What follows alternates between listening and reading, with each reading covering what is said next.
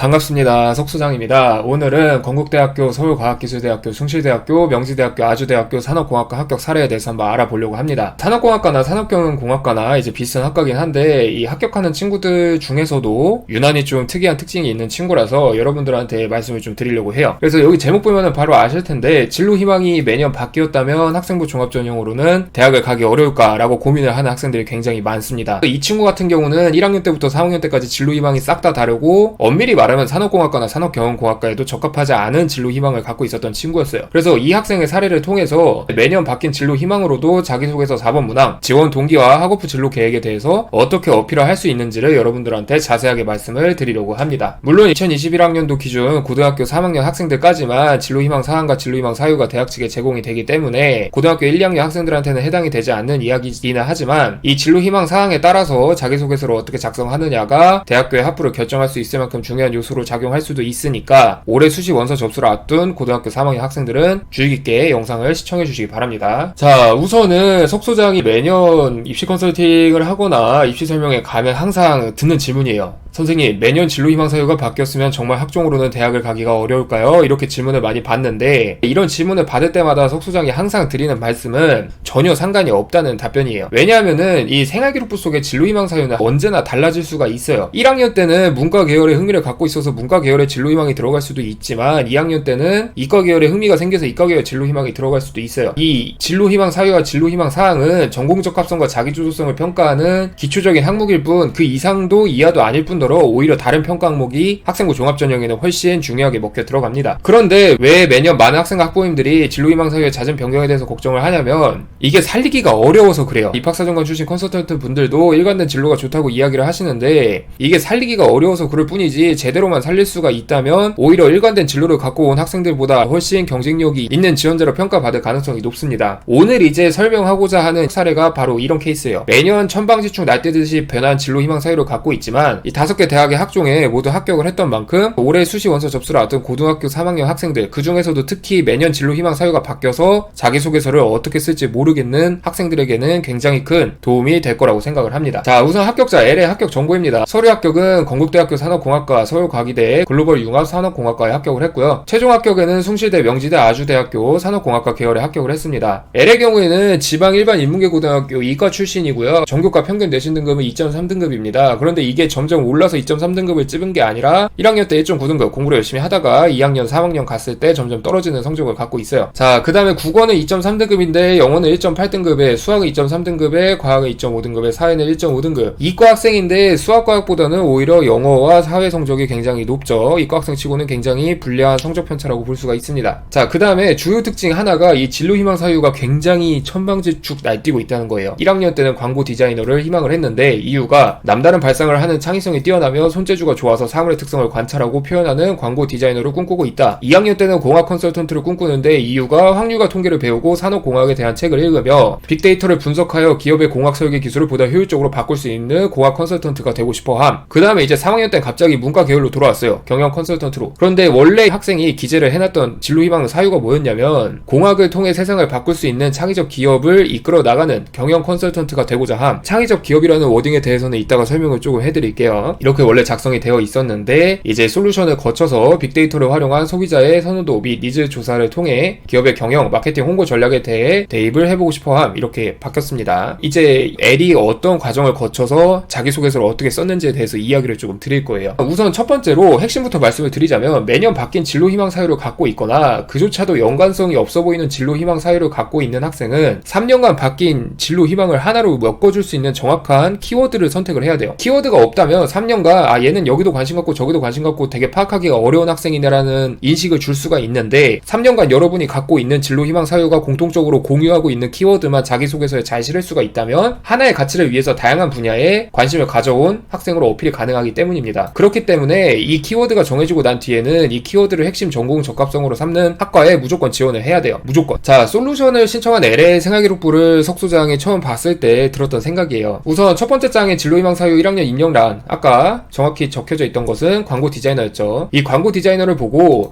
내신 보고 광고홍보학과나 신문방송학과에 지원을 하면 되겠다, 문과학생이겠거니라고 생각을 했어요. 그런데 2학년 입력란을 보고서는 요즘은 문이과, 통합, 융복합, 인재상이 대세여서 얘도 이렇게 적어놓은 걸까라고 생각을 했습니다. 그런데 3학년 입력란과 기존의 진로희망 사유를 보니까 딱 질문이 나온 거예요. 도대체 창의적 기업이라는 기업의 의미가 뭐니? 라고 학생한테 질문을 했던 것이 기억이 납니다. 만약에 문과 학생이라면은 창업 인큐베이터와 같은 최종 진로를 설정하거나 관련해서 지원할 수 있는 전공들이 굉장히 많아요. 경영학과에 지원할 수도 있고 경제학과에 지원을 할 수도 있고. 그런데 이과 학생이라면은 이야기가 굉장히 달라집니다. 왜냐하면은 이공계열에서 마케팅, 홍보, 경영, 공학을 모두 아우를 수 있는 학과는 산업경영공학과 단 하나밖에 없는데, 문제는 이 산업경영공학과가 공정의 효율성과 최적화를 추구하는 학과예요. 그런데 이 L이란 학생이 고등학교 3학년 때 생기부에 넣어놨던 진로희망 사유가 세상을 바꿀 수 있는 창의적 기업과 같은 추상적인 워딩이에요. 한마디로 데이터를 통해서 효율성과 최적화를 추구해야 되는 산업경영공학과에 지원을 해야 되는 학생이 생활기록부 진로희망 사유에는 창의적 기업 같은 추상적인 워딩을 활용을 해놓은 상황이었어요. 그러니까 자기소개서를 작성하기가 굉장히 곤란해지죠. 사정관 입장에서는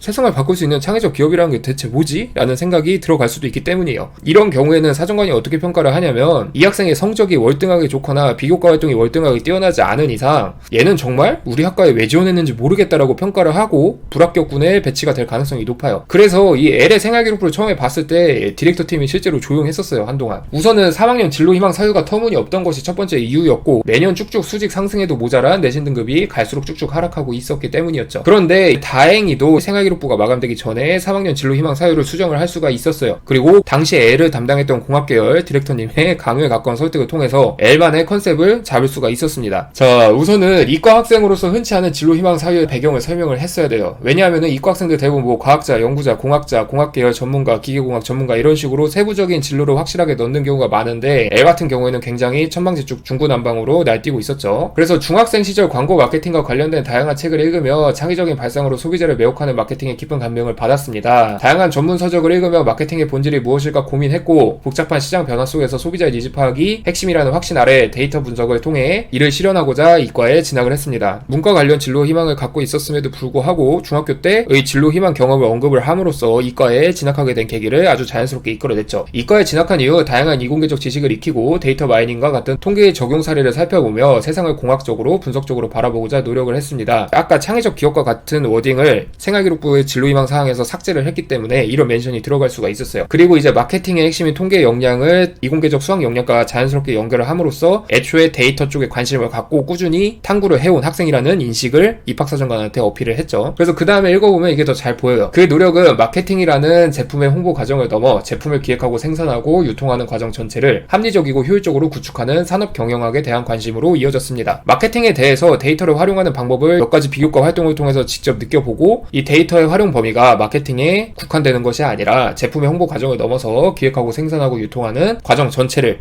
아우르는 산업경영학에 대한 관심까지 이어질 수 있다는 것을 깨달았다는 점을 자기소개서에 잘 어필을 하고 있죠. 혁신적인 기술은 사용자가 인지하지 못하는 불편함을 개선하는 기술이라고 믿습니다. 광고 디자이너라는 꿈으로 시작한 빅데이터에 대한 관심을 통해 혁신 기술에 대한 니즈를 기획 과정에서 파악을 할 것이고, 시스템 통합으로 최적의 경영 시스템을 구축할 수 있는 산업경영공학자이자 경영 컨설턴트로 성장을 하고 싶습니다. 빅데이터라는 키워드를 이용해서 이 L이란 학생이 1학년 때부터 가져왔던 여러 진로에 대한 자율성과 연계성이 아주 자연스럽게 이어지고 있어요. 모든 진로 희망 사유를 아우르는 빅데이터라는 키워드, 아까 제가 말씀드렸죠. 진로희망 사항이 중구난방 날뛰고 있는 학생들은 이 세 가지 진로희망 사항을 모두 엮을 수 있는 키워드를 하나 뽑아내야 된다고. L 같은 경우에는 이 빅데이터라는 키워드가 산업경영공학에 대한 진로로 연결시킬 수 있는 키워드였어요. 이렇게 자기소개서에 들어가면 입학사정관 입장에서는 이 학생이 옛날부터 빅데이터에 대해서 정말 많은 관심을 갖고 왔고 갈팡질팡했던 것처럼 보였던 진로희망 사항이 결국은 산업경영공학과에 지원하기 위한 여러 도움이 되는 활동들로 좋은 영향을 줬구나라고 해석을 할 수 있게 돼요. 결국 이 L이라는 학생은 이 빅데이터라는 키워드를 통해서 산업경영공학과에서 요구하는 최적화와 효율성에 대해서 기초적인 탐구 역량을 갖고 있는 학생으로 평가받을 가능성이 높다는 의미이기도 합니다. 그래서 진로희망 사유로 고민을 하는 고등학교 3학년 학생들을 보면 속소장이 항상 해주고 싶은 말이 있어요. 자신을 학과에 맞추는 것이 아니라 학과를 여러분한테 맞춰야 됩니다. 예를 들어서 공공성이라는 키워드에 해당하는 직업만 해도 국회의원, 검사, 변호사, 판사, 경찰, 사회적 기업가, 환경, 미화원, 산림보호자까지 아주 다양해요. 실제로 석소장이 담당했던 학생 중에서도 이렇게 다양한 직업들을 진로희망 사항에 다 넣어놓고서도 저 공공성이나 직업이나 아니면 다른 키워드 같은 것을 어필을 해서 합격한 학생들이 굉장히 많아요. 언뜻 보기에는 관계가 없는 직업이라도 사회적으로 어떤 가치를 추구하는지 고민을 해본다면 여기 갔다 저기 갔다 이런 양상을 보이는 여러분의 진로희망 사항에도 공통된 키워드를 하나는 찾을 수가 있습니다. 그리고 우리가 생활기록부에 적는 직업이라는 것, 입시 설명회에서 학부모님들이 그렇게 많은 질문을 하시는 진로희망 사항이라는 것은 결국 가치를 추구하는 과정에서 사회적으로 인지되는 하나의 사회적 지위일 뿐이에요. 대학교는 물론 입학사정관 측에서도 학생 여러분이 추구하는 직업은 언제나 바뀔 수가 있다는 것을 아주 잘 알고 있기 때문에 생각보다 큰 영향력을 발휘하지 못합니다. 학생부 종합전형적인 평가의 입장에서. 그렇기 때문에 오히려 그 직업에 얽매여서 여러분답지 않은 자기소개서를 써나가는 것보다는 직업에 대해서 관심을 갖게 된 과정을 자기소개서에 자연스럽게 설명을 하는 과정이 오히려 전공 적합성은 물론 진정성까지 어필할 수 있는 좋은 방법이라는 점을 꼭 명심하시기 바랍니다. 그래서 들쑥날쑥한 진로희망 사유로도 5개의 대학의 서류 합격을 모두 패스한 L의 사례를 통해서 학생부 종합전형에서의 좋은 결과를 얻기 위해서는 자신의 학과에 맞추는 게 아니라 학과를 여러분의 진로나 여러가지 내적 요소에 맞춰야 된다는 것을 꼭 기억을 하시길 바라며 오늘의 콘텐츠를 마치도록 하겠습니다. 감사합니다.